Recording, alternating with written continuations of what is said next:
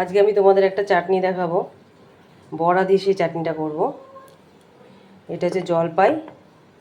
জলপাইটাকে ভালো করে ধুয়ে নিয়েছি, বোটাগুলো ছাড়িয়েও নিয়েছি। এবার সেদ্ধ করব লবণ দিয়ে, সামান্য লবণ দিয়ে সেদ্ধ করে নেব।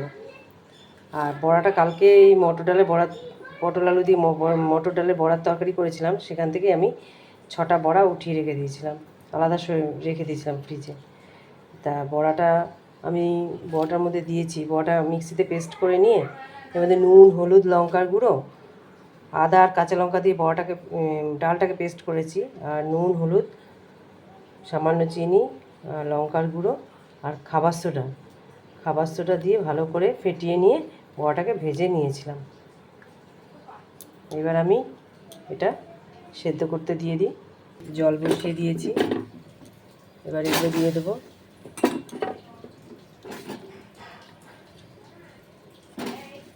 এবার লবণ দিয়ে দেবো এর মধ্যে,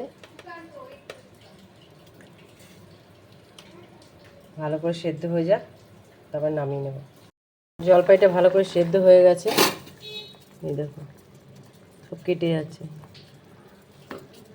ভালো করে সেদ্ধ হয়ে গেছে। এবার নামিয়ে নেব, নামিয়ে ভালো করে ঠান্ডা করে নেব। এই যে ভালো করে ঠান্ডা করে এইগুলোকে ভালো করে চটকে নিয়েছি।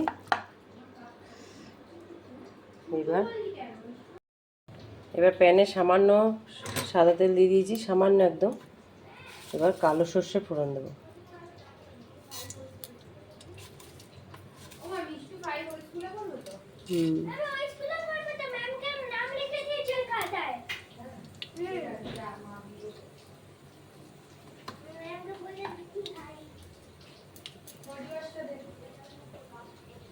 এবার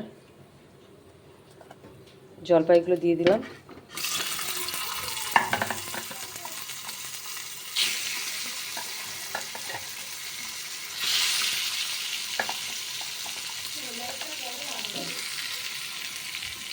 এবার দিয়ে দেবো সামান্য লবণ,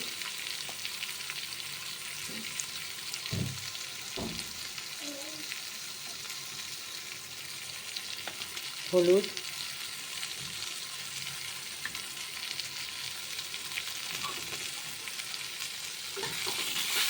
একটু নেড়ে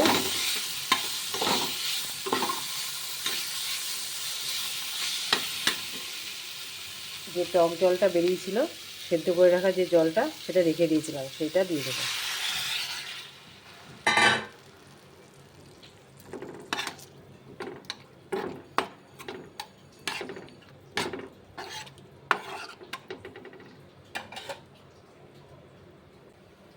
এবার দিয়ে দেবো 1 বাটি চিনি।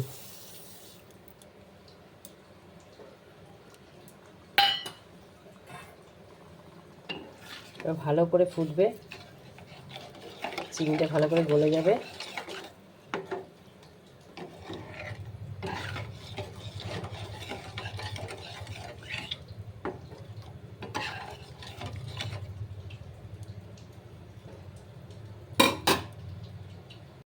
ভালো করে ফুটে গেছে, চিনিটাও মেল্ট হয়ে গেছে। এবার বড়াগুলো দিয়ে দেবো।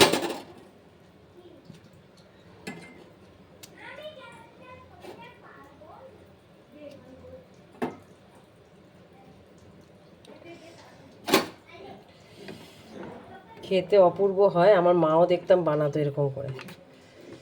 এবার নামিয়ে নেব, কারণ বেশি ফোটালে বড়াগুলো একদম গলে যাবে। যা ফোটানো হয়ে গেছে। ভালো করে আগে ফুটিয়ে নিয়ে সবার লাস্টে নামানোর আগে বড়াটা দিয়ে নামিয়ে নিতে হবে। তৈরি হয়ে গেল আমার মটর ডালের বড়া দিয়ে জলপাইয়ের চাটনি।